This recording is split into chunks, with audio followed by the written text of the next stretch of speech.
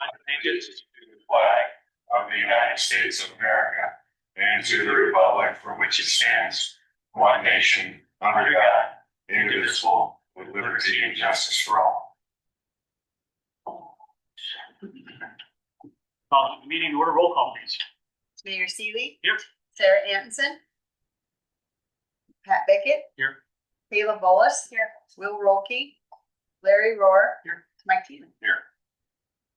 I'll entertain a motion to adopt the agenda after adding two items. Under item number 6, I would like to, in addition to recognizing our new student liaison, I would also like to take a moment and recognize Representative Richard Basgard, whose funeral was today. So if we'll just add that. And then under 11, we are going to add a travel request for Mr. Keith Krapinski on the 11th of September to a wastewater conference in Beer.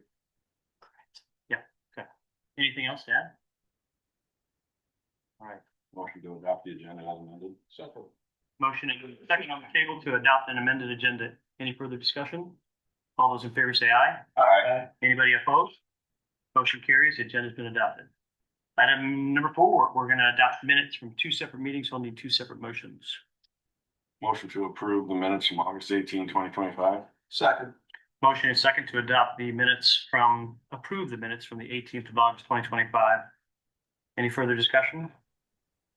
All those in favor say aye. Aye. Motion carries. 18th of August is approved. Motion to approve the minutes of August 22, 2025. Second. Motion and second on the table to approve the minutes from the 22nd of August, 2025. Any further discussion? All those in favor say aye. Aye. Anyone opposed? Motion carries. The minutes have been approved. We have some visitors, at least 3. We're going to start with Mr. Troy James. How are you, sir? Mr. Mayor, council members, good evening. I'm here tonight to request for 8th annual parade of bands, street closure, and homecoming parades. It's all one day this year. We're crazy to do this, but so the band festival will be at 9 o'clock, and then we'll get everyone out of town by 11:30 or so, and then homecoming parade will be pushed back to 2 o'clock. So I have some maps. They're the same as last year. If we, I do have one more request, I guess. This was that computer. Yeah.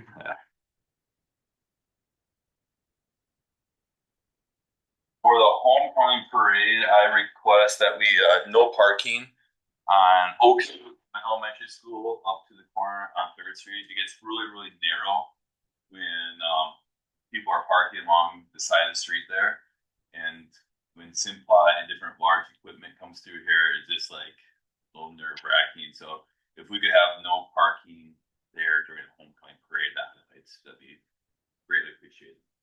Chief, how would you do? Just cones or something? Or Yeah, we'd probably coordinate with our great superintendent of the street department. Just cones. Are you talking 4th to 3rd? Yes, Just that one city just block? one city block. No problem. But everything else is pretty much the same as it's been the past 8 years. Questions? Thoughts? Great event, bringing people to town. A lot of people. What time would you need closure of downtown? Well, that's a great question. If it starts at 9, I suppose by 7 o'clock, people park down there. Yeah. But we done night before in the past. No. Or signs up. Gosh, it'd be melee. Yeah.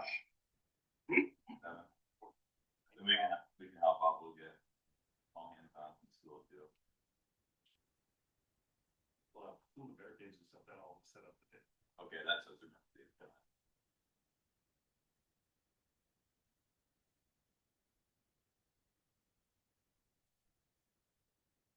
I make a motion to approve the request to close the streets for the festival bands and homecoming day parade on September 26th.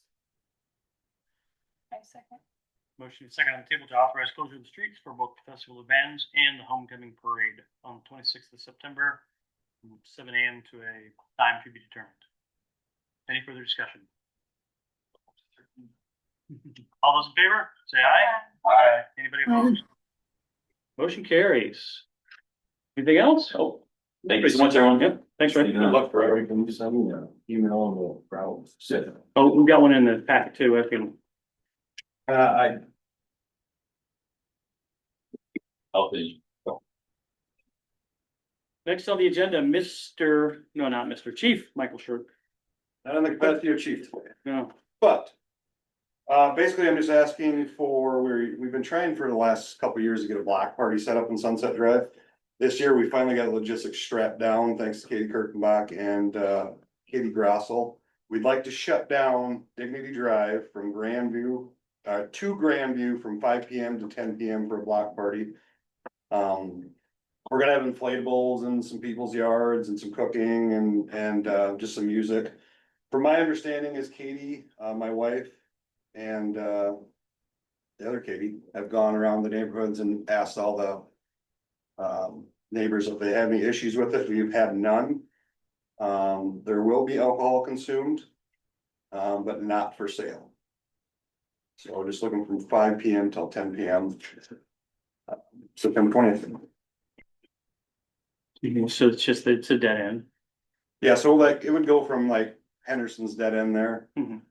We'd probably put a little barricade over there, cause the kids like to drive on that, Yes. and we'd probably put a barricade at Dignity and Grandview. We have any precedent? I mean, we've done this before in other spots in town. So I know Lori Lorvik used to do it pretty much every year. I don't know what her time frame was. But if we need to adjust that, that can be adjusted too. Like I'm thinking of like other events, well, I guess maybe not the 4th, but I know Halloween on your end of town gets nutty. Just wondered if there might be other events that we would want to close it for too, but. You don't need so you're not selling. But From my understanding from Tom, as long as we're not selling alcohol, we do not need a permit. So, alcohol will be consumed, just not sold. this is different than a park where it's expressly forbidden. This is a street or Correct. near personal or private property. You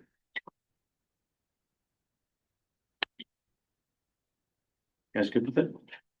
Yeah, I'll make a request or the motion to accept the request to close Dignity Drive to Grandview Drive. 5 to 10 on Saturday, September 20.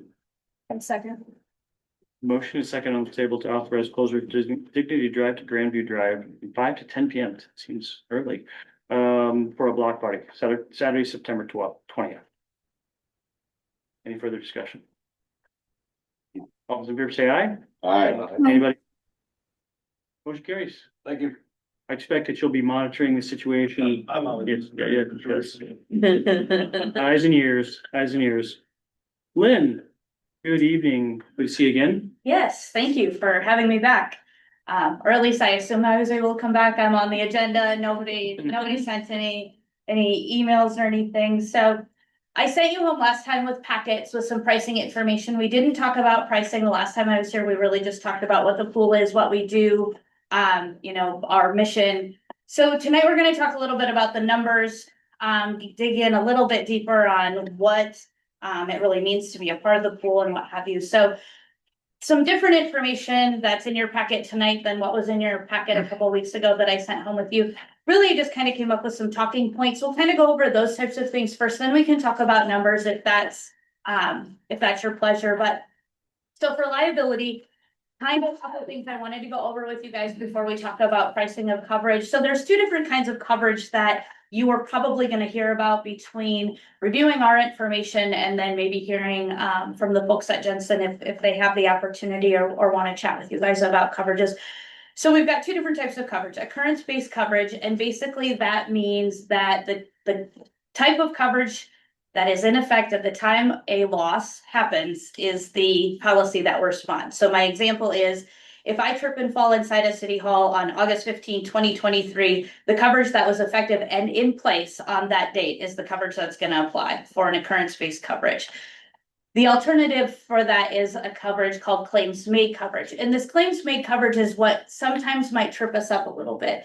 Because claims made coverage means, kind of as its title implies, that the coverage that is in place at the time the claim is actually made, not necessarily when the claim happened, is the coverage that will respond, subject to some rules and regulations such as a retroactive date. The retroactive date is just a fancy term that says, hey, this is the latest date in time that we're going to look back to pick up claims that may have happened during a certain window that we are going to provide coverage for. A couple of your coverages are currently written on a claims made policy. And so when we are looking to move you into the pool setting, what you guys need to be cognizant of is what types of claims might be out there that you don't know about, and how do you want to make sure that you are properly protecting yourself against those claims. So there's a couple different ways that you have the opportunity to do that. You can either through the pool purchase what's called retroactive coverage. And what that says is the pool will look back and pick up claims that have occurred that you do not know about, or that you have no reasonable expectation for a claim to occur. And my example is, I was arrested by the police department on August 15, 2021. But I don't make any claims to you folks until June 2023. So you didn't know, there wasn't any reasonable expectation for you to think that there was a claim, because nothing that you were really aware of happened. Now, if I come kicking and screaming and I break my arm and there's a hospital visit, there may be a reasonable expectation that something could become a claim. So then it's no longer necessarily unknown, because there's a reasonable expectation like, hey, someone got pretty beat up during that arrest. Maybe that might result in a claim. We don't know. But this was an event free, as far as you guys know, as far as the police department knows. So now I've come back. So now we have to make sure that that date is within that range that we want to pick up. So we can write some retroactive or look back coverage, meaning we will, assuming unknown, unreported, we will look back and pick up some occurrences. We've got a quote for 1 or 2 years back from the effective date of coverage. Another opportunity, and I'm not going to speak too much on this because this is not our coverage, but I know in the past, the EMC insurance company does have what's called extended reporting coverage. What that does is it gives you a front forward looking opportunity. So it will allow you, or they will pick up some of those claims that you don't know about, that haven't been reported, but they give you more time to report them to an EMC insurance company. So I don't have pricing on that. I'm not going to talk too much more about that, but really what it does is it allows you to kind of keep that longer look back period, because usually they will write it back further than what we are able to offer for. But the trade-off is you're only going to be able to have coverage for those incidents for, usually it's 3 years into the future from when you change over to the pool. Does that make sense? Clear as mud? Yeah, yeah. I have to figure out a better way, like a nice picture to, I would encourage you to certainly find out pricing on that, and then take a look at, maybe do some reflection. What type of history do you have? What have you seen historically? Types of claims? How do they develop? How do they progress? Talk with the city attorney's office and get a feel for like, hey, what are our exposures, and get some advice from them. We've got the quotes in here to do that retro coverage. Jensen would have to give you the quote for the extended reporting. Okay. Is there a limitation statute on any of these things that might come into play? Yeah, generally a claim for personal injury, medical type stuff is 3 years. You can get into 3 years for other claims too, but you run into periods where you may want to have them longer. For example, if we built a building, there was a latent defect in it, clock doesn't start running on a claim sometimes until you discover the defect. So you can have longer periods, but generally statutorily it's like 3 years, isn't that right? Yeah, usually 3. So on a claims made, so this is only going to apply to your claims made coverages, because you're like your slip, trip and falls, sewer backup claims, drainage claims, things like that. Those types of claims are all occurrence based. Those are going to fall to that general liability coverage. So whoever was in the shoes at the time the loss occurred, that's going to pick that up. One of the claims, we didn't talk a lot about how detailed your parks and rec programs are, but some of those like abuse and neglect type claims, those are some that, especially with schools, they look at and like, well, those might have a longer period. They've got a longer reporting period. They don't necessarily have the same statute of limitations. You also get into sometimes some civil rights claims, 1983 claims, federal claims don't follow the same state statute of limitations. So those are some things, those are the scary ones that we don't know about. So it's just, those are the types of things that I ask you to have some careful like consideration, some thoughts about when you're deciding. Hopefully you still come to the pool, because absolutely I think we have the best program in town, and I'll continue to run through the state to tell everybody about it. But it's a serious consideration. It's something that you guys need to think about and be cognizant of. So I wanted to talk about it because it's a decision that you'll have to make in conjunction with coming over to the pool. Or you can take neither. You can say, no, we're just we'll end one coverage, start the other, and we'll see how it works out. Absolutely an option also. The other talking point, we had touched on it very, very briefly before. It's the property coverage, and we are a per occurrence deductible schema. So one storm, one deductible, the highest of any applicable deductibles, regardless of the types of coverage that are involved or the number of pieces of equipment or property location. So my example, and these are in your talking points, we have a hailstorm that damages 3 buildings, 4 cars, and a piece of equipment. Buildings, we've quoted a $5,000 deductible for all peril. We don't have a separate wind hail deductible. Vehicles have $1,000 comp deductible, and your equipment a $2,500 deductible. For that storm, that deductible would be $5,000 for the city, assuming that we're dealing with all covered property. If we run into a situation where we find, oh shoot, we didn't list this building or we didn't list this piece of equipment, as long as it's not excluded, we're gonna work with you to get that on the certificate, on that coverage, so then we can get that taken care of in the claim and work forward through that. So as long as it's not excluded, we'll figure it out, we'll get it taken care of. So those are kind of the two kind of big things that I wanted to chat about, just because it's not something, it's not common. And if you all were like, oh, I totally get that, I'd be like, okay, these guys are really savvy, and that's not something I would have expected. But not that you're not savvy, but that insurance jargon is your jam. Rarely do I get that. The total, like there's 7 different categories, but there may be additional, if you were to do some of the extended coverage or the kind of, you look back coverage. Oh, so for the retro coverage? Yeah. So we've given you options for 1 year or 2 years if you want to purchase the retro through us. And then if you want to do retro, we've given you 3 different limits. So we've quoted just 1 million, 3 million, and 4 million. 4 million is what you have per occurrence right now, and we've quoted that for your going forward. But we've also given you options for that retro coverage. Yeah. So you can pick and choose. You can say, hey, we want to come over with the 4 million per occurrence going forward, but we think only 1 million for retro is whatever you want. We can do that, but we've quoted 1 and 2, and that's what we can offer out the door. If you want, we can look at doing 3 and 5 retro coverage. We just have to get special authorization for that. It's not usually a problem. So on the total contributions quote of 141, that could potentially be higher if we were to look at different limits. So And the retro coverage. yes, so if you add the retro coverage, that's gonna be a one-time payment that you would make this year. Okay. And the 141, that's just for $1 million per occurrence. Okay. So, and that would be, so if you have any one claim, it's $1 million. That's the most the pool would pay. Right now you have 4 million per occurrence, Okay. and we've quoted that too, but yeah. Of the 7 different categories limited, will this being a pool, are you all in the deep end, or is it potentially a mix and match with another insurer on some of these categories? So for liability, our liability coverage is reinsured only with Great American Insurance. Okay. Reinsurance.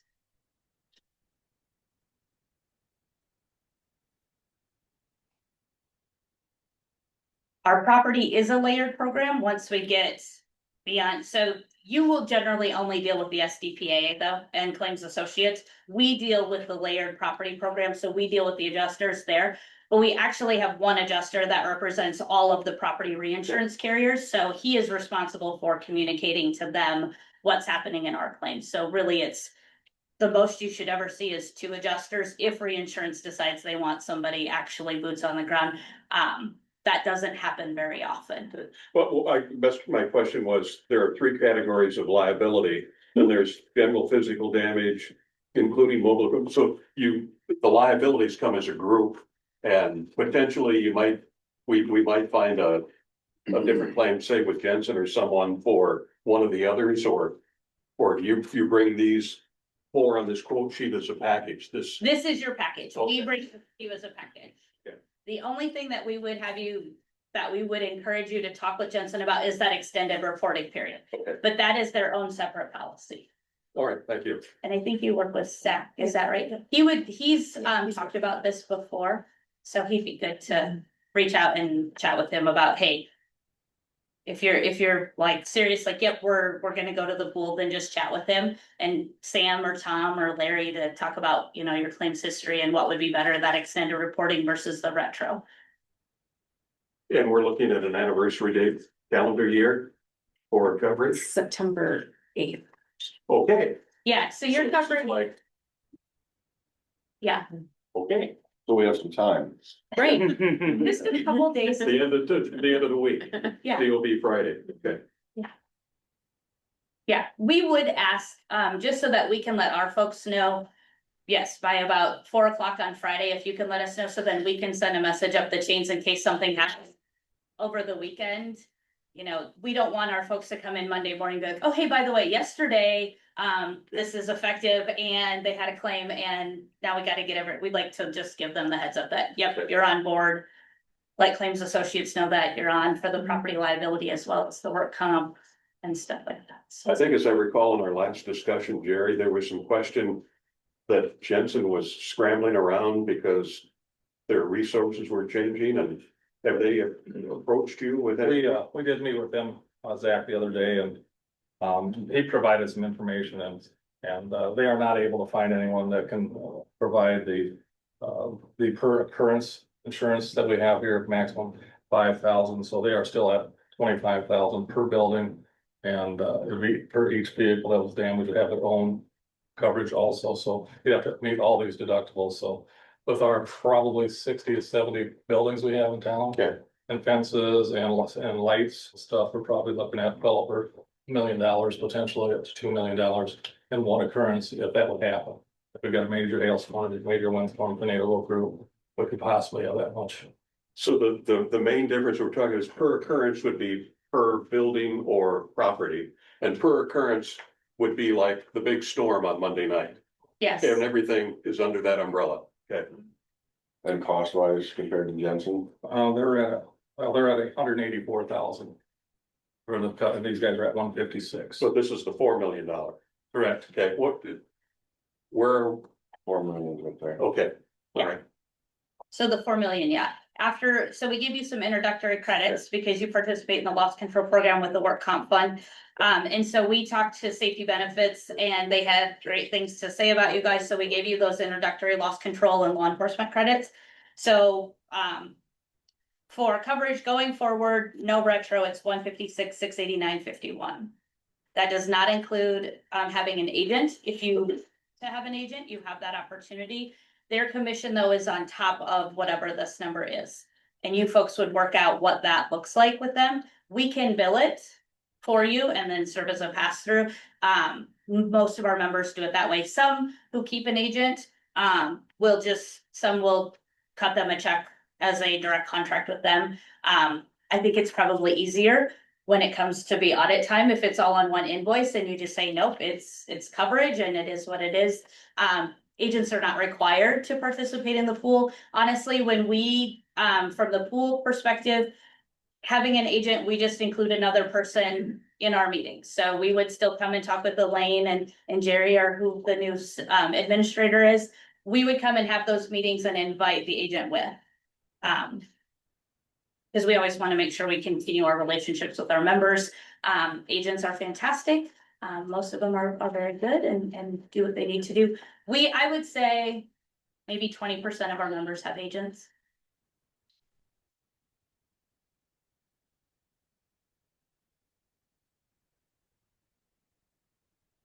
And I saw it in here someplace, the retro was.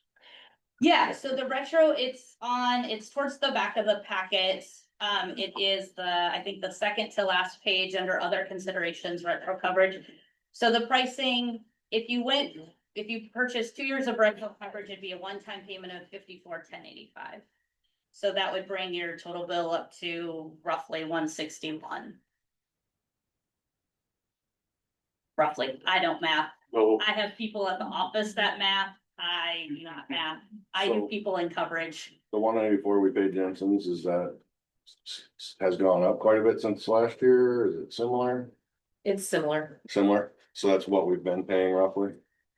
yeah. I remember that the deductibles went up considerably, so Okay, that's how they're able to keep the cost down a little bit, but, okay, you're just banking that you don't have that big event, right. is what we're hoping. And now we welcome big events, is that what we're saying? We got this? We would like I to mean, go back. Yeah. Like $2 million. have you guys, Elaine or Jerry or whoever, are there any trapdoors in here that we're not seeing, or is it apples to apples? Oh, there's So- 198 of the Yeah. 311 Yeah. cities are doing it now, but it's Falls. I hope that there's no trapdoors. Honestly, Larry, if there's gonna be something that's an issue or a problem, we're gonna come together and talk about it and get it figured out. The coverages that we are providing to our members are specifically written for public entities in South Dakota. We have a 10-page liability document. Our property document's a little more aggressive than our property document, but nothing like what you see coming to you from the commercial carrier. Our goal is to provide the best coverage out there and then emphasize it with fantastic service. I heard some folks talking about the league conference here. In a few weeks, we'll be there. We're there all week.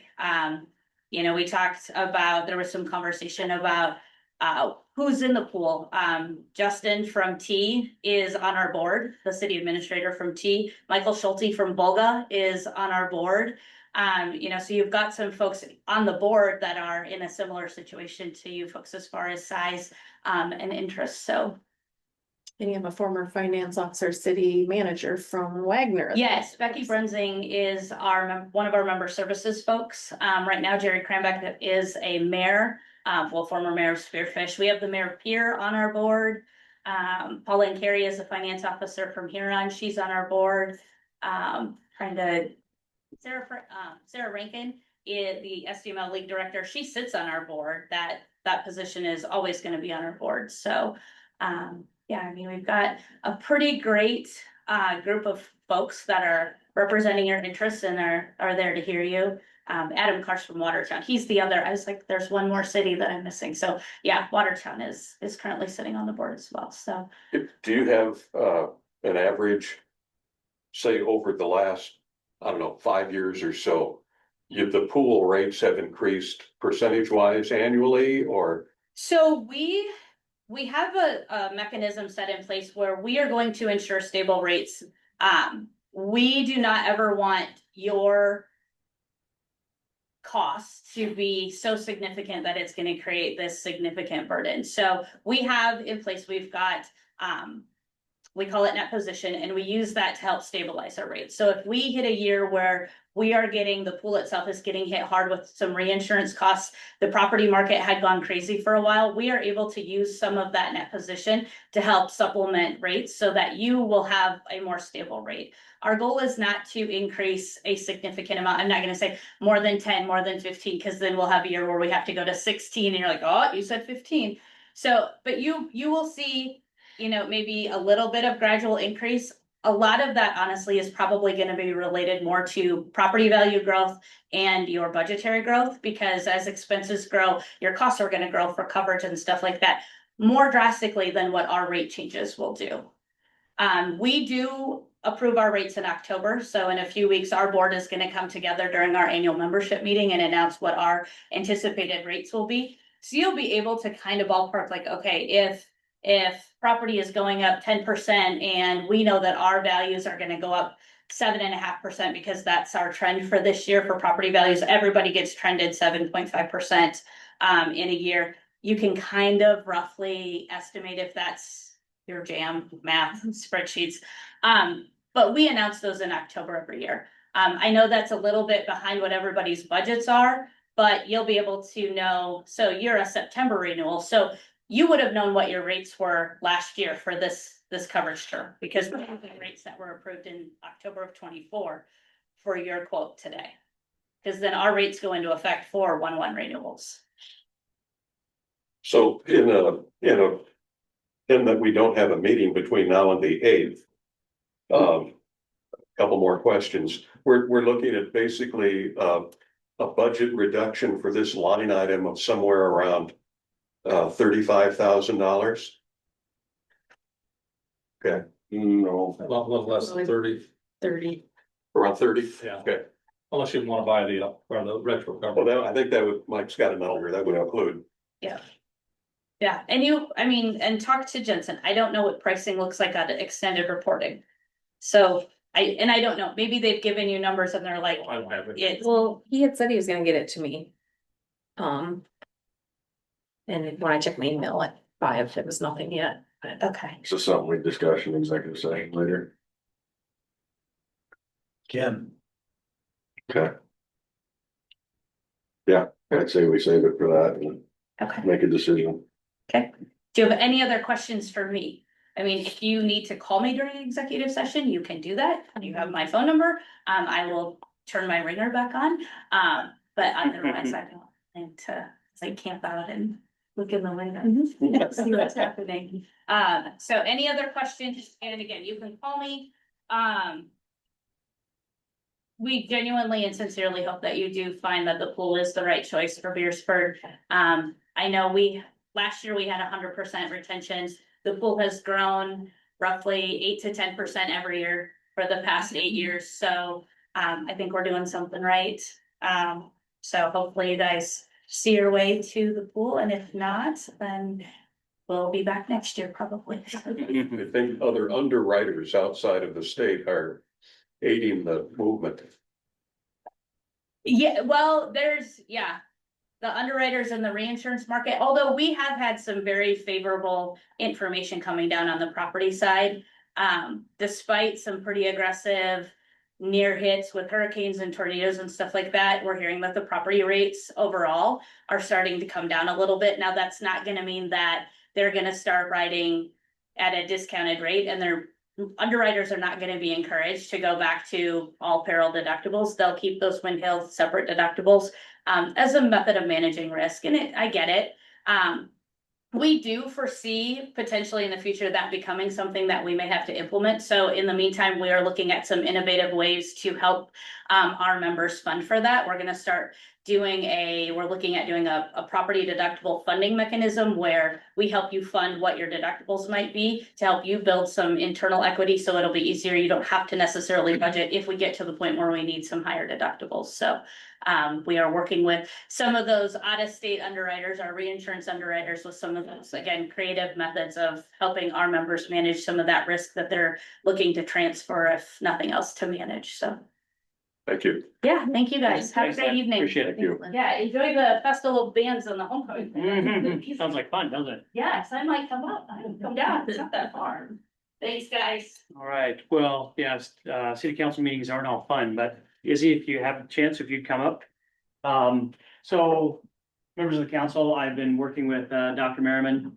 I believe that one of the things that we need to do, that we talked a little bit about during the strategic planning session, is make inroads into different communities within Beresford.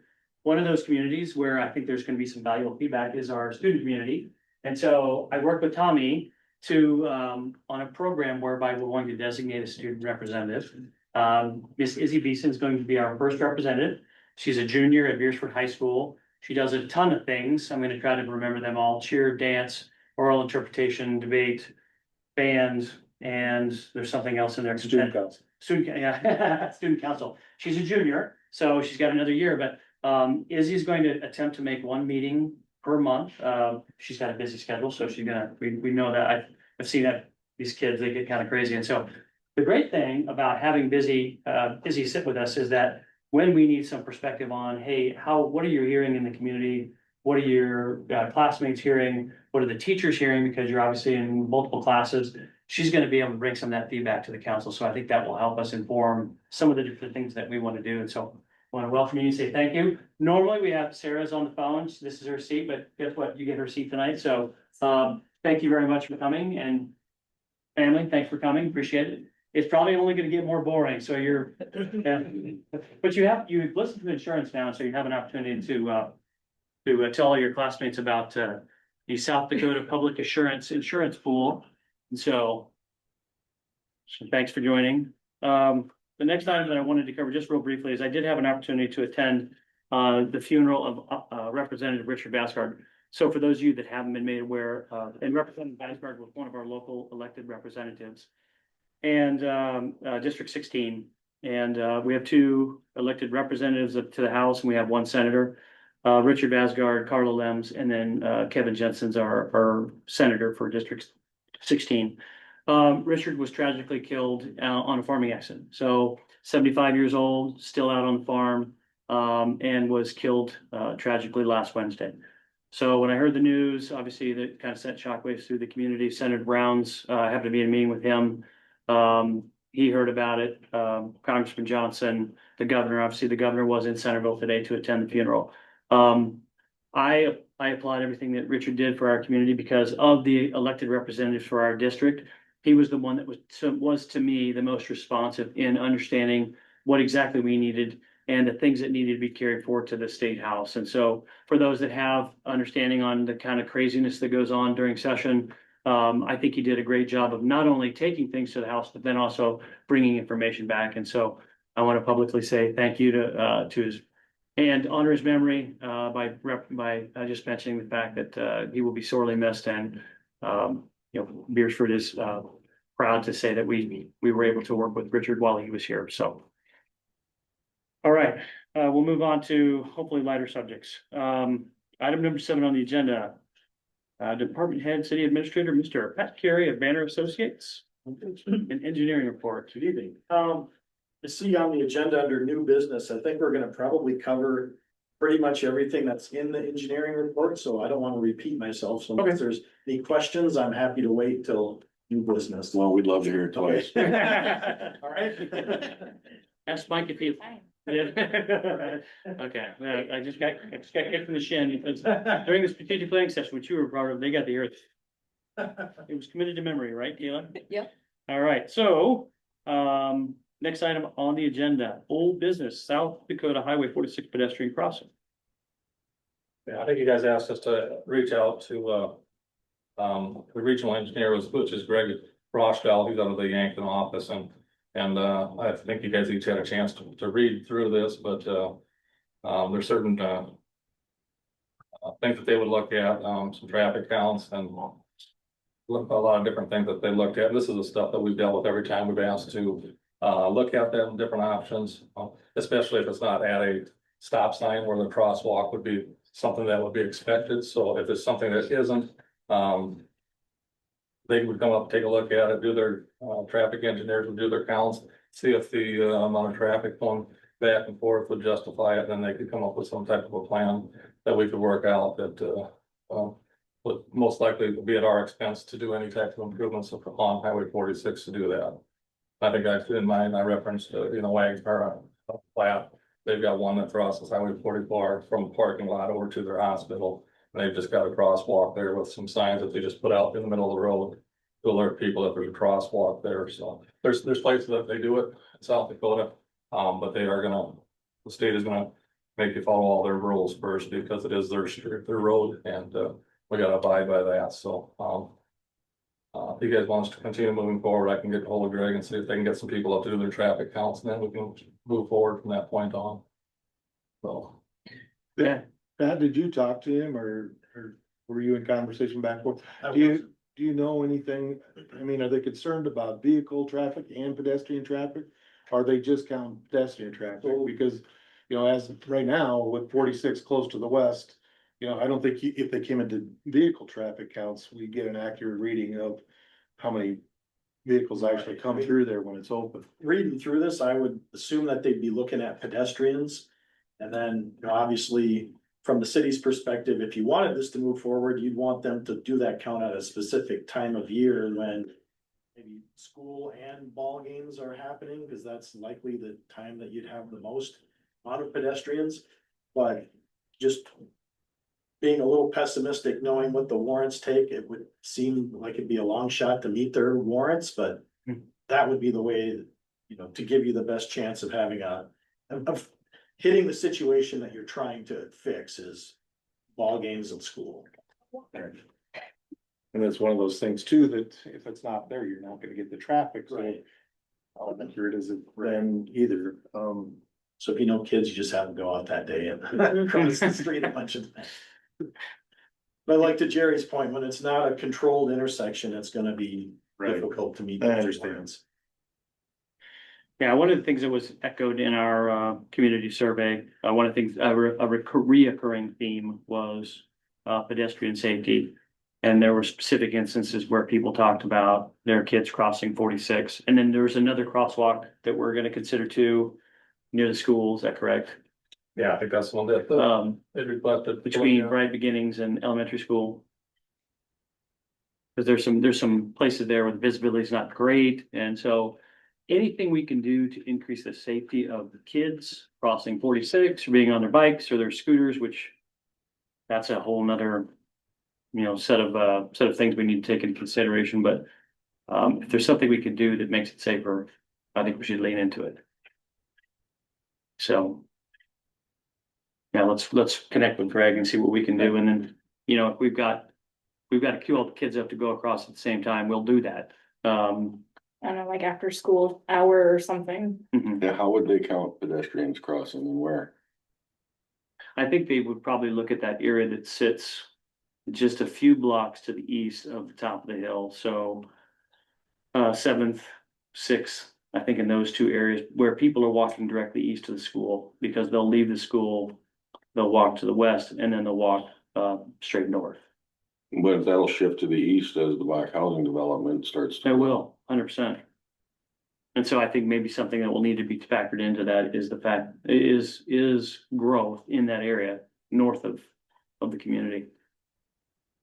You know, perhaps one of the alternatives to a mid 46 crosswalk is looking at an option right there at 3rd and 46. Right now, we just have stop sign. But that would mean that any, you know, the kids that are a little bit further to the west would have to come back into the middle of town. But if they know that they're gonna have other kids to walk to school with or walk home with, that are gonna be going out to that new development, that may be an option. There's a fair amount of not only pedestrian, but the car count is very strong at 13th and 46 with the grocery store and the dollar store and Casey's across there. It's, I mean, that's if they're gonna measure and can do, you know, I'm not sure if that's part of a mix, depending on what they will come out and take a look at, but. Can they do both areas, or can they only do one? No, I think it would make sense to, whatever the thought of where these crossings might be, that would be where you'd have them do these studies or the traffic counts. Yeah, there have been a few accidents at the 1346 interchange. Can I be the first to go on record to say I think we need a traffic circle with the big Eiffel Tower in the middle right there? Roundabout. Yeah, roundabout. Yeah. Yeah, people love those. Izzy, have you seen any areas in town that you think are particularly dangerous for kids? I'm thinking, I believe it's Oak, the street that the elementary school is on, 6th Street. A lot of car traffic there with kids, yeah. Like people like drop off and pick up for the elementary school. There's a lot of kids that walk through there. When I was young, I walked through that intersection too. And there's always been quite a few cars in that area. As well as the other intersection. 4th Street is, I believe what it is, Oak and 4th. Yeah. I think, Just on the north side of the school. yes. Some of these things I think we'll have to do some things internal, but I think if we could push forward with that analysis and then try to see what our options are and consider some alternatives. Yeah, I believe that street is actually Elm. Yeah. Yeah, Elm Street.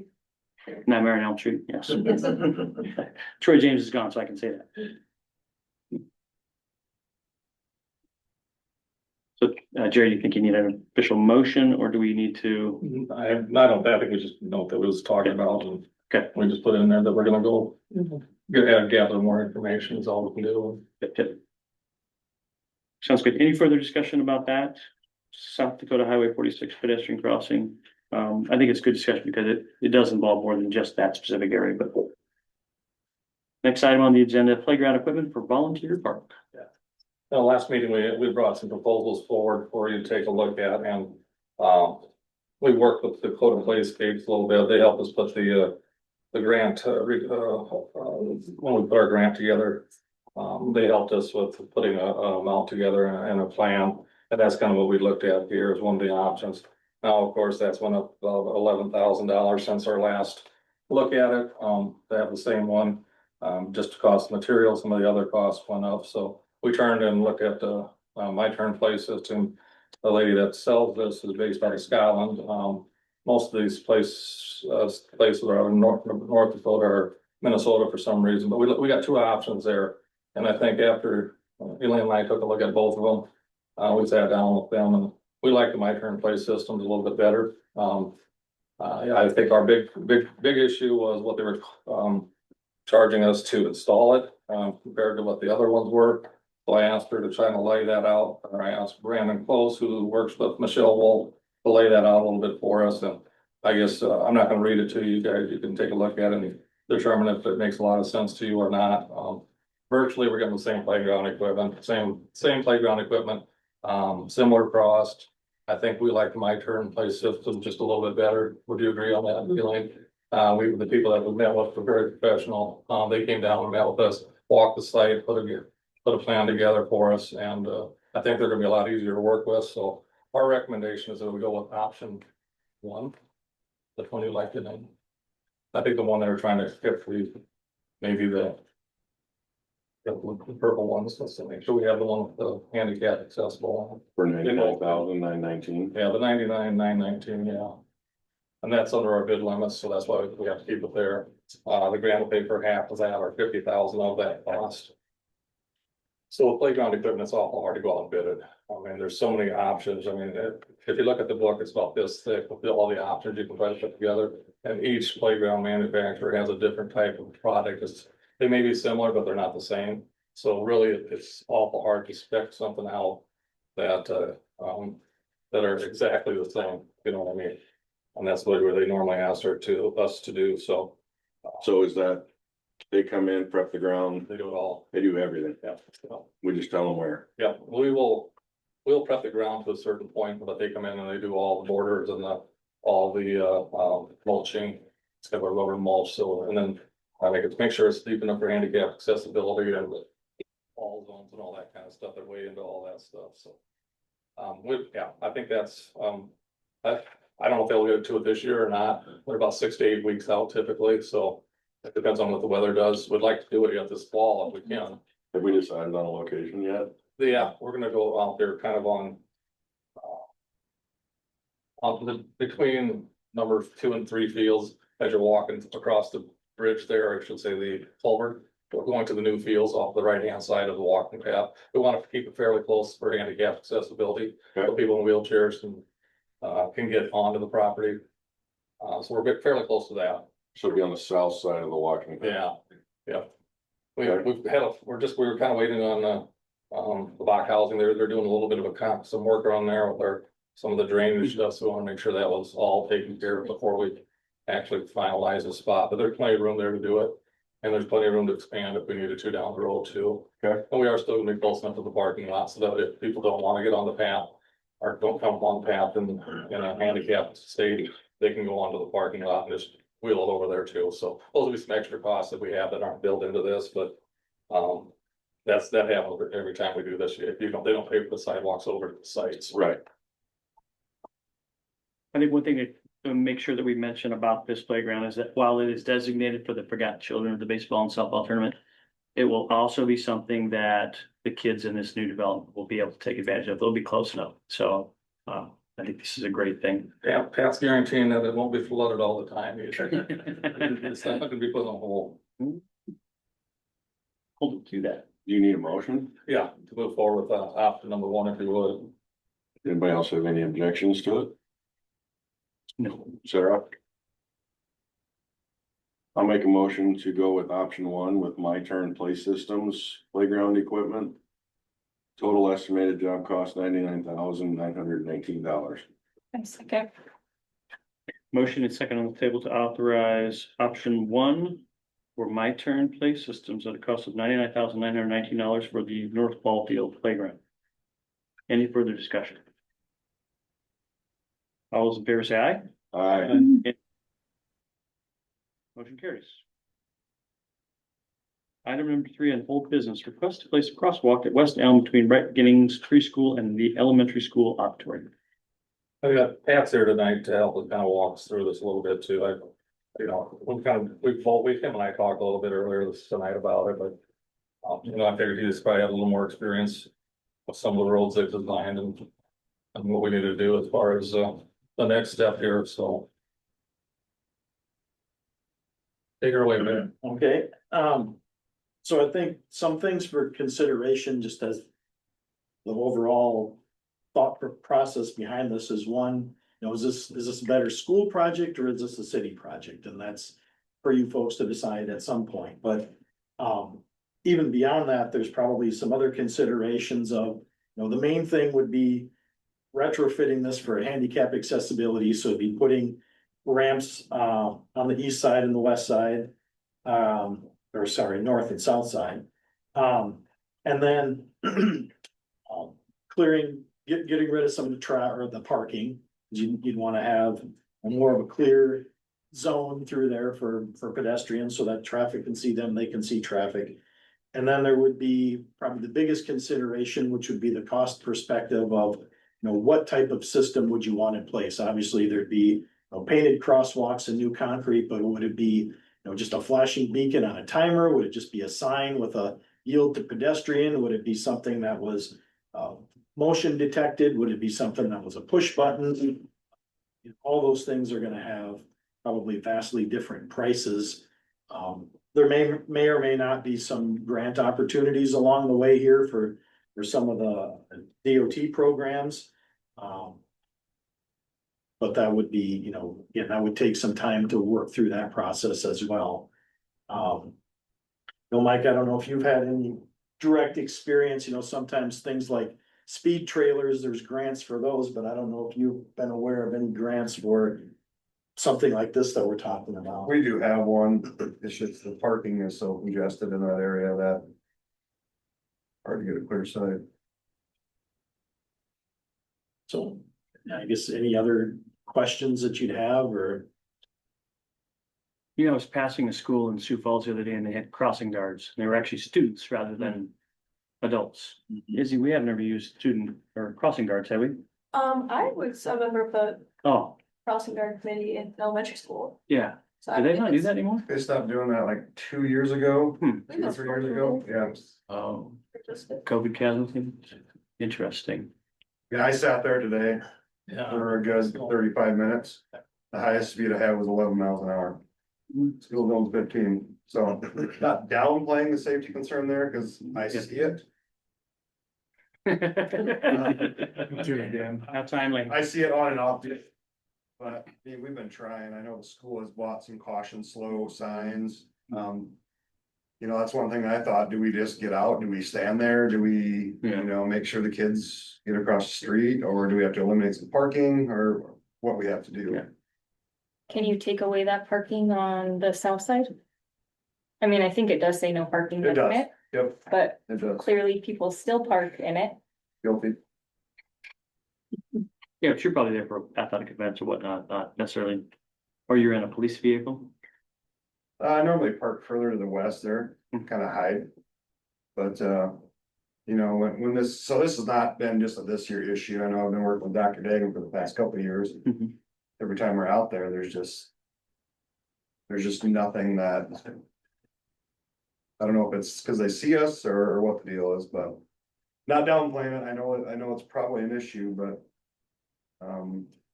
Are they reporting to you it's an issue? Yeah. Okay. And we document it. We document extra patrols out there. Just so that way if the school comes back and say you're not doing nothing, well, then we document on our end that we sit out there. So. I know that might be a deal where they can bring, I can talk with Dr. Dagan and see whatever happened to the school crossing guard program. But I think that was mainly for Elm and Oak and Ford. So I'm not sure if they ever got down to the lunch stores. I believe it was Oak and Fourth. Elm and Fourth, Oak and Fourth and Elm and Fourth, I think is what those two were. I'm pretty sure. So it's something, maybe we can try to bring something like that back and. Yeah, I mean, I think some kids would enjoy that, other kids would probably be a liability out there, you know, so, yeah, I mean, if that augments, even just painted concrete, like you said, I mean, would it be new concrete or new street or? I guess you'd have to look at the sidewalks to see if you'd want ramps there that would be ADA compliant. Okay. And so I think that would be the piece, and likely not a huge thing. And again, I don't know that this would necessarily be an all or nothing deal. I mean, you could start with ADA sidewalk, striping, some static signs and see if that, well, again, with crossing guards or something, logistically, I'm sure it would be difficult, but even a crossing guard idea on Highway 46 is kind of a test program to see where your spots are. I don't know what that would take, permit wise or not, if you could just plop a crossing guard out there, if you'd have to get permission from DOT or not, but all those things could maybe work together just to take some steps towards the solution. And who would do that crossing guard? Would that be a student? Would that be a member of the police force? Who would be doing that? I mean, I think again, that could be a good discussion, and Brookings, I think that's mainly adults that do it. They must have either a part-time job or some type of volunteer sign-up thing through the schools. Students would be obviously an easy route as well. Junior police officer program. Serve your detention out on the cross. Wow. That, again, maybe the population. Right. Yeah. Yeah, probably population. Yeah. So. All right, some good options to think through. I like that last little list that you had, lights, ADA sidewalk, painted sidewalk or concrete, and then maybe augmented by a crossing guard.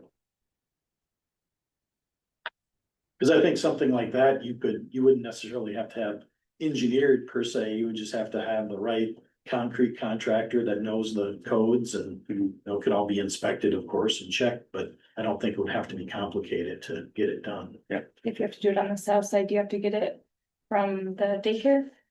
Or? Yeah, that's, I think that property is either city property or school property, so it's like school, yeah.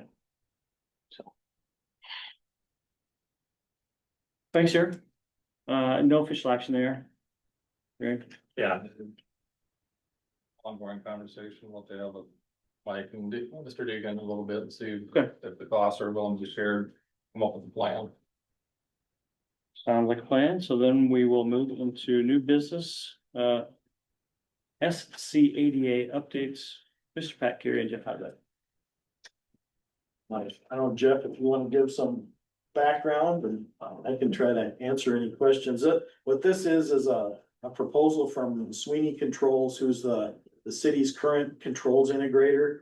And so you have, control systems that they already support, and there's a couple on the lift stations, and then on the water tower, there's an opportunity to maybe improve some of that SCADA. What is SCADA? What is it? Supervisory control and data acquisition. Yeah. So basically it's system monitoring that automatically reports back through the control system and notifies the appropriate city staff. What it does is, like, at any point, at any given time, we could look up to see where the level of the water is in the tower. Like the lift stations, it'll show, you can look at that and see when they start and stop and get a timeline of how things are running, and if it starts to vary, if one of them fails to pump and the other pump fails to kick in, you get a high alarm. Here a month ago, or maybe, or maybe it was 6 weeks. Reese was out. He's one of Banner's guys that's on them. And we were doing this sewer lining and stuff, and he was just out at Sunset and popped a manhole, and it's got a lot of water in it. Nobody on our side got notified that that lift station had quit. So Reese got a hold of somebody, we got him out there and, manually started pumping them. That. Nobody got a notification with that. The first, if he hadn't have done that, it would have been somebody calling in and say, hey, I got sewer in my basement. That would have been out in Sunset area, and just seeing that water in that hole, it took 2.5 hours to catch up. And we've been running without any, like with the water tower. We haven't been any. What we're doing with that water tower, we were piggybacking with what Mike Anson was doing with his stuff. And we lost that control probably 2 years ago. And to get him to come down here and look at stuff or try to fix things over the computer, we've just gotten no place with that. So we just check it when we're there on the weekends. Keith is usually there by between 6 and 7 in the morning. I'll come in somewhere before or after lunch, just to check to see where it's at, because nobody gets notified with that. And we have to manually pull it up on that screen in the shop to see where the level is in the water tower. That's just been we've been doing that we got a stack of papers taped up there.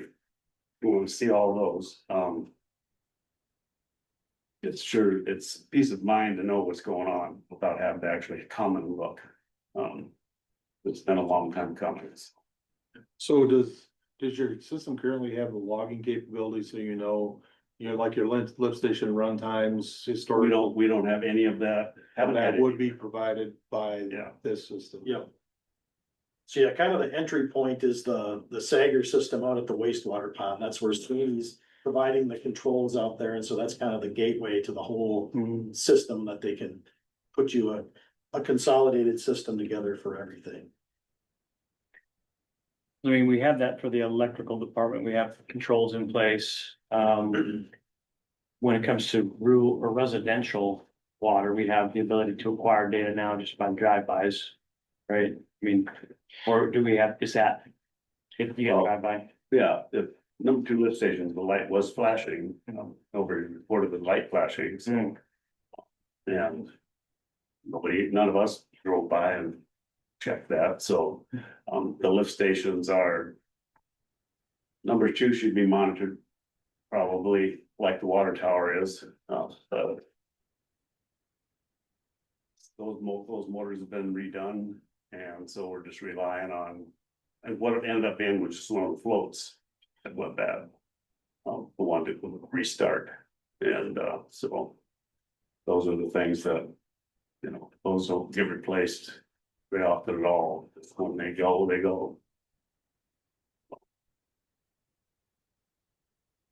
So from the proposal, and I think there's still maybe a few things that we'd want to fine tune, or that Sweeney could fine tune before you would approve this officially, but there's 4 lift stations.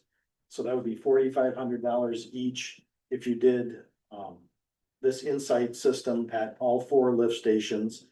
And that would be your intent, right? So just do them all. And then the water tower would be $5,600. We found out that, there is fiber to all these sites, so you wouldn't need a cellular service, but there is a $40 a month technology fee, basically, that would be on top of whatever the Beresford telephone jabs you for. And then you could hire your own electrician to do that install at the water tower. At the 4 lift stations, because they have existing control panels, it's a pretty easy retrofit. Sweeney's technicians can handle that. But at the water tower, it's going to take an electrician, and they're quoting that at $4,750, which again seems like a reasonable price to me. And again, I think that's one. They note the installation of 4 antennas. We don't need any antennas, so that would, should reduce the cost here a little bit. That's why I say there's probably some fine tuning to be done on their quote, but, and that was, if it's something that we wanna move forward with, we can have our folks just coordinate with Sweeney for an updated proposal, and then that's something you could officially look at another meeting. So you're looking at just under 30,000 for everything? Right. They might need to run some fiber out by K and M. I think they said it was conduit, but it There's was kind of there, it sounded like according to Mike, they just have to blow the line through okay. and make some connections. So it's a lump sum fee of just under 30,000 for everything, and then a recurring fee of, what'd you say, monthly? $40 a month, and that would be for 5, so $200 a month Okay, for that Insight, software service. and is that for somebody else to monitor it for us, or what? I think that's for the license. Oh, So that would basically be the monitoring software that Jeff's guys would be using. That must just be a monthly license fee. okay.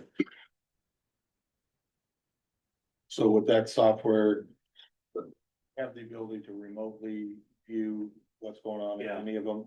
Yeah. You don't have to be, Yeah, they at don't a have to be there. computer, you could have your phone or internet Yeah. browser, Yeah. probably. It'd be a website that you would log into and. Be able to look at it from anywhere.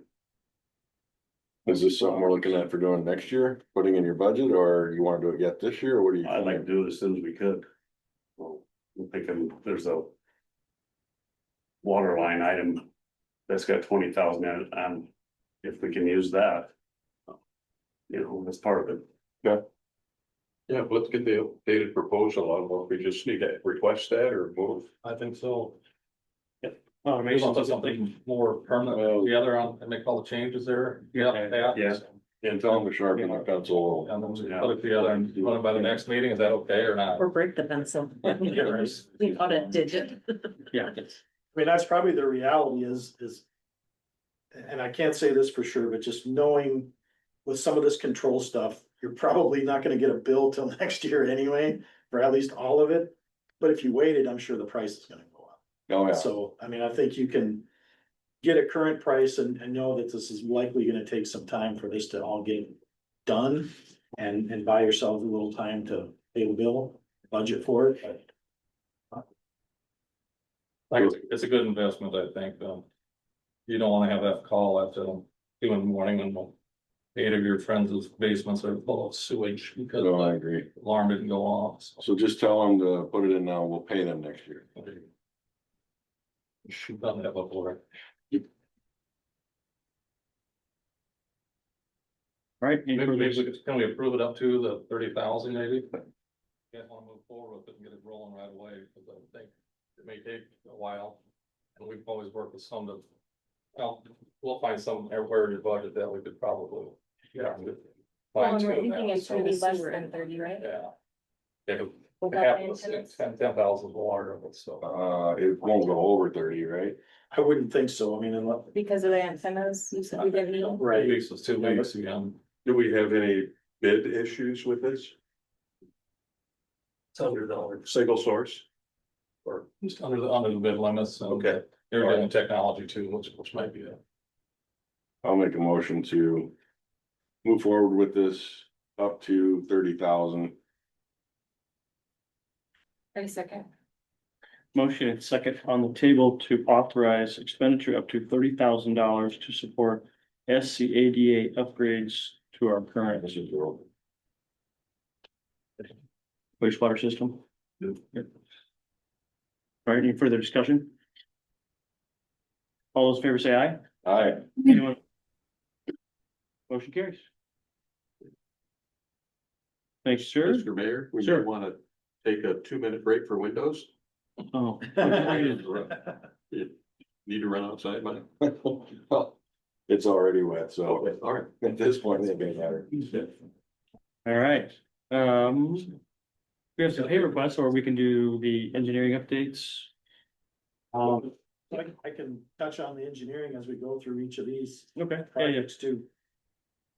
yeah, okay, we'll start with the first one, pay request 18 from Siteworks, wastewater treatment, Sager. This is just a monthly, pay app request of $125,000. Basically, the only thing left, it appears, is the $75,000 retainage. There's still some punch list items that they're working through. But the system's operational and I believe everything's working well out there. So far, so good.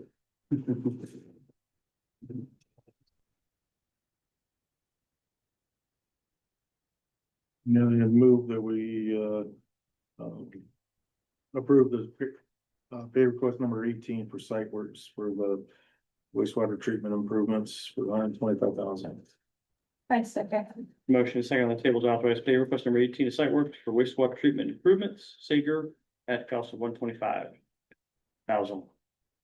Any further discussion? All those in favor say aye. Aye. Next item, change order number 5, site works wastewater treatment improvements for $38.50. So admittedly, this is rare that you hear this from me. The price is going down. That's a shock. But these were some, punch list items that were basically negotiated with the city staff and the engineering staff.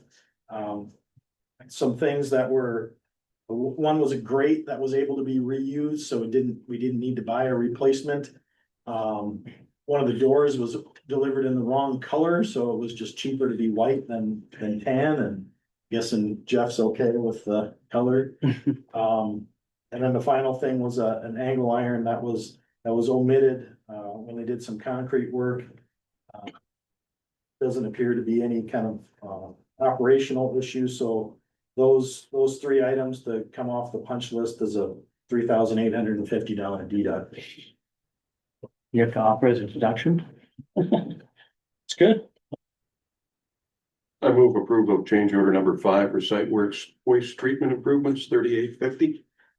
Second. Motion second on the table to authorize change order number 5, site works wastewater treatment improvements.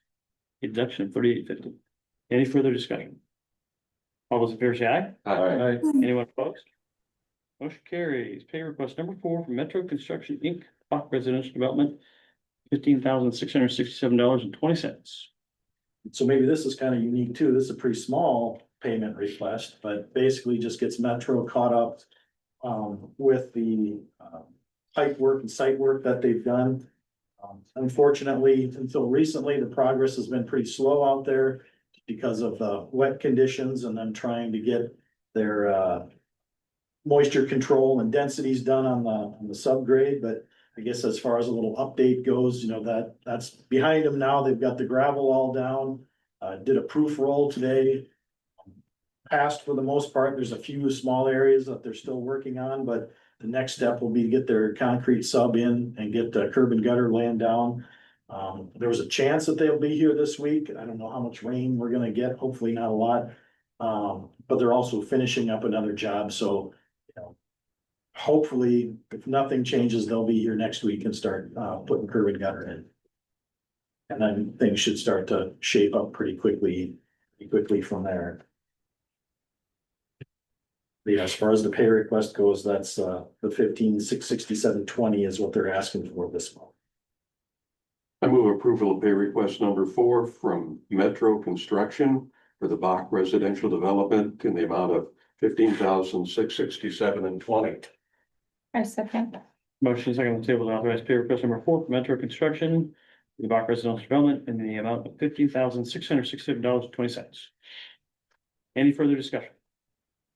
All those in favor say aye. Aye. Anybody- Change order number 3, Metro Construction, Bach Residential Development, $39,447.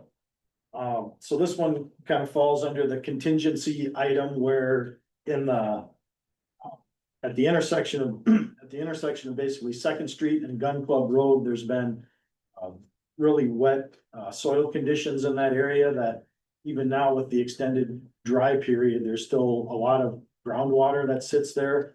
I drove by tonight, there's a hole that's open and it's about, 12 inches down is where the water level is. So I don't know if there's a spring there, if it's kind of a confluence of some natural drainage.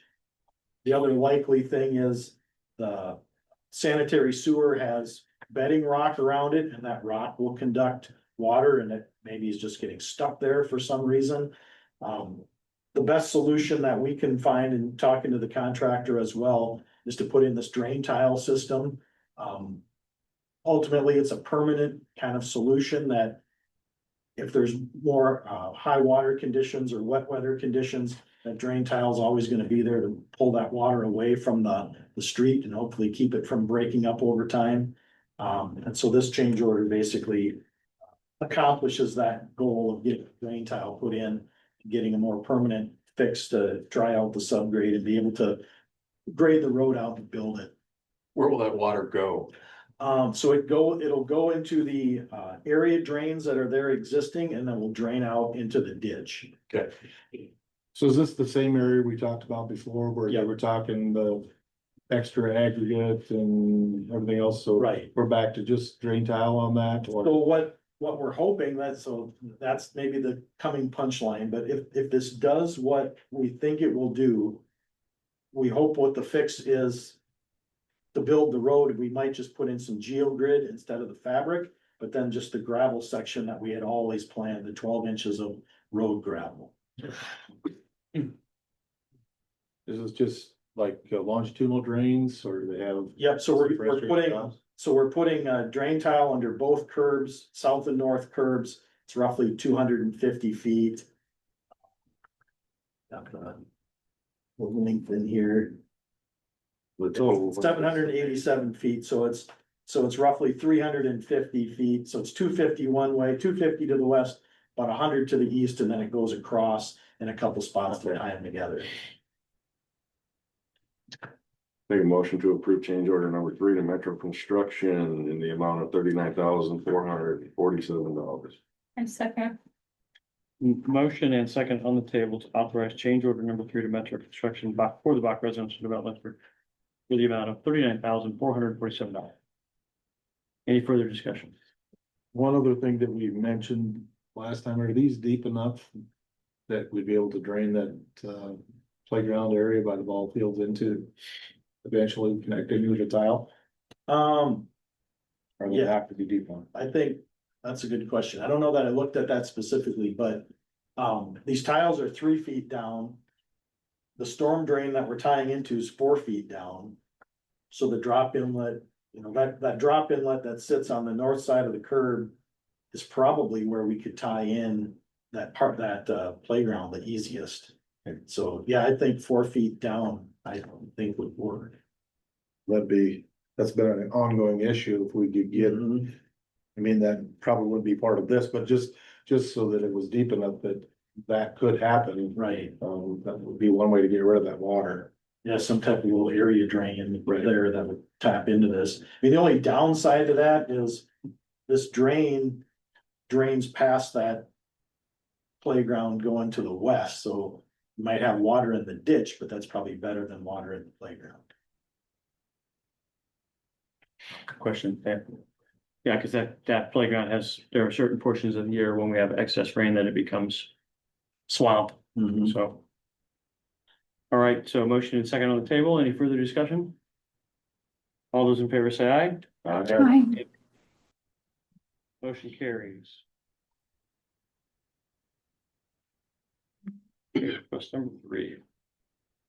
And so Musson Brothers requesting $266,792.06 as their monthly partial payment estimate here, or pay request. They've continued with the clean and televised. They've done some mainline lining, tidied up some of the patch jobs around town now, thankfully. Done some lateral liners. So there's a lot of work left to be done. There's still a little over $4 million on the current contract for them to finish. But they're making progress and they're here working. Now, are they gonna be affected by winter or?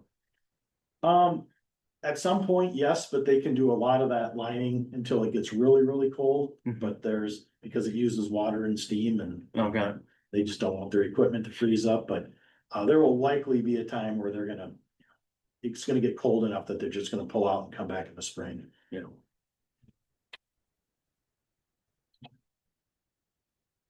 Make a motion for pay request number 3 to Musson Brothers in the amount of $266,792.06. And second.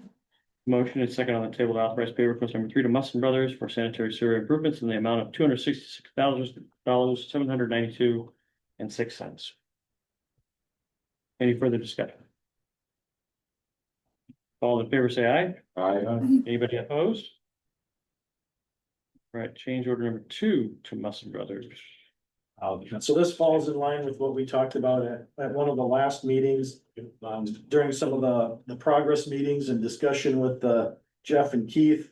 I found some other opportunities to maybe add some more, lining and sewer, related work to this contract and kind of capitalize on the funding that we have available.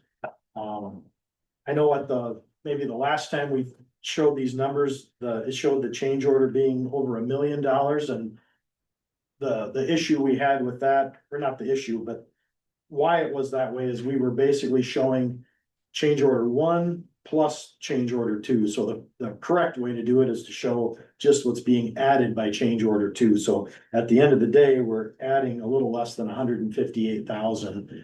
And so there's more than enough in the budget, in the funding package to cover this and just get some more of the work done. This reflects 2,700 feet of 8-inch pipelining and 340 feet of 12-inch pipelining. Some laterals, televising, and again, kind of setting up to check out the system with the clean and televised as well. I move approval of change order number 2 to Mustin Brothers sanitary sewer improvements in the amount of $157,547.50. And second. Motion is second on the table to authorize change order number 2 from Mustin Brothers sanitary sewer improvements in the amount of $157,547.50. Any further discussion? All those in favor say aye. Aye. Anyone opposed? Looks like one more change order. So first rate on the 7th Street project. Again, we visited a little bit about this at one of the last meetings. This change order reflects, kind of covered by the contingency again to install an area drain and some pipe to address a holding area that we have along the east side of 7th Street. It should be a fairly straightforward way to fix this. And what they're proposing, the cost is $10,744. Is that like the far eastern part of that property? There's kind of a ditch. What we're talking about? So it's basically straight east of the clubhouse where the water sits between the asphalt and the sidewalk. Oh, okay. And there's an area drain that sits kind of out that northeast door of the event center. And we can tie into that and bring it across, put in an area drain and get rid of the water. Make a motion for change order number 1 with First Rate Excavate Incorporated in the amount of $10,744. I second. We have a motion and a second on the table to authorize change order number 1 to First Rate Excavate Incorporated, 7th Street Utility Extensions, in the amount of $10,744. Any further discussion? All those in favor say aye. Aye. Motion carries. Patty Lawrence in Ballfield backstop. Thanks, Pat. Thank you. Appreciate it. I don't have anything really to share with you. I do have a quote from American Fence, but I didn't put it in there because I have not heard back from Michael's Fence yet. I did get in touch with them again on Friday, asking if they had something, and he said they've reached out to a couple other providers of this type of system. They didn't have the one that they've used in the past. Was not able to put a quote together, so they reached out to a couple others. So I think we can take a look at another quote on this one because it is fairly a little bit more than what we had budgeted. So I want to see another quote before we move forward with one or the other, but it would be nice to get it done yet this fall if possible, because obviously with baseball season starting in March, it's awful hard to do anything until they're done, because this probably takes several weeks to put through this project. Let's be up to speed. What are we looking at doing? What's that? What are we doing here? Just a nettings behind all of that, raising it up to 30 feet, behind the big ball field, Tiny Lawrence Okay, field. We budgeted 50,000 for that. okay, And we take the fence down along to the dugouts, each of the dugouts, because right now you're about 6 foot. So if you're standing up there, you're 6'5", that ball can come right over the top and hit you in the head pretty easily. So we're trying to make it a little safer. So raising the net up to 30 feet, it's a lot easier to see through the netting system and what's there. We've had quite a few complaints from people that live behind that area. I'd say it's pretty short distance It to does, yeah, across the road there. especially when they're taking batting practice. They use the pitching machine off the mound now, so they're batting at the plate. And every time somebody follows the ball, it doesn't take much to go over that 16-foot tall fence. So this will take it up to 30 feet, so almost double the height of it. But So that it'll- goes- there's new poles and everything else too. Goes to the dugouts, you said, or past the dugouts? What's that? How far along the sidelines does it go? It goes to the dugout. Okay. Yeah. Well, we asked them just to go up 16 feet on the dugout. Now the one said they only could do it up to 30 all the whole way around, so, which is a little bit overkill, I think, but. We'll share them with you, hopefully. Is this similar to what's in the dugout? It is. Yeah, it does improve the viewing experience. And one thing to take into consideration is past baseballs are now $8 a piece. A bucket of baseballs is almost $350. And so each time one of those leaves the field to play and ends up on the street behind there and hits Chuck's house, it costs us, each one of those is scuffed. So so there would be some cost savings in the end, but yeah, the first quote came back really high, so. All right, so we'll look forward to another quote on that one. And then we'll hold a bake sale and try to make up the difference. All right, so very exciting. Last item, new business, something you've all been waiting for. The city has gone through an exhaustive process to find a replacement for Mr. Jerry Simons, who's going to retire after 30 years of service to the city of Beresford on the 11th of October. And he said that date is firm. Yeah. We Are you sure? We on the Saturdays, so, yeah, pretty sure. I believe we had a good pool of candidates. The last two candidates made it very hard to decide, but in the end, we felt very confident in our selection. We selected a gentleman named Mr. Jason Anderson, who was born and raised in Hayward, Iowa, had served with the Hayward and city government, and then now works for Northwest Iowa Community College in the economic development space, but has a lot of the same skills that we would expect to see in leading as the city administrator for the city of Beresford. So we were all very excited and I think happy about what we heard from Jason during the interview process. So I think without further ado, I'll accept the motion to appoint Mr. Jason Anderson as the next city administrator. I'll make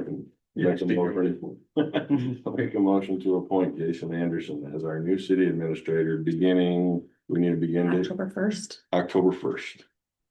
Do you want, Mr. Nelson, do you want his salary?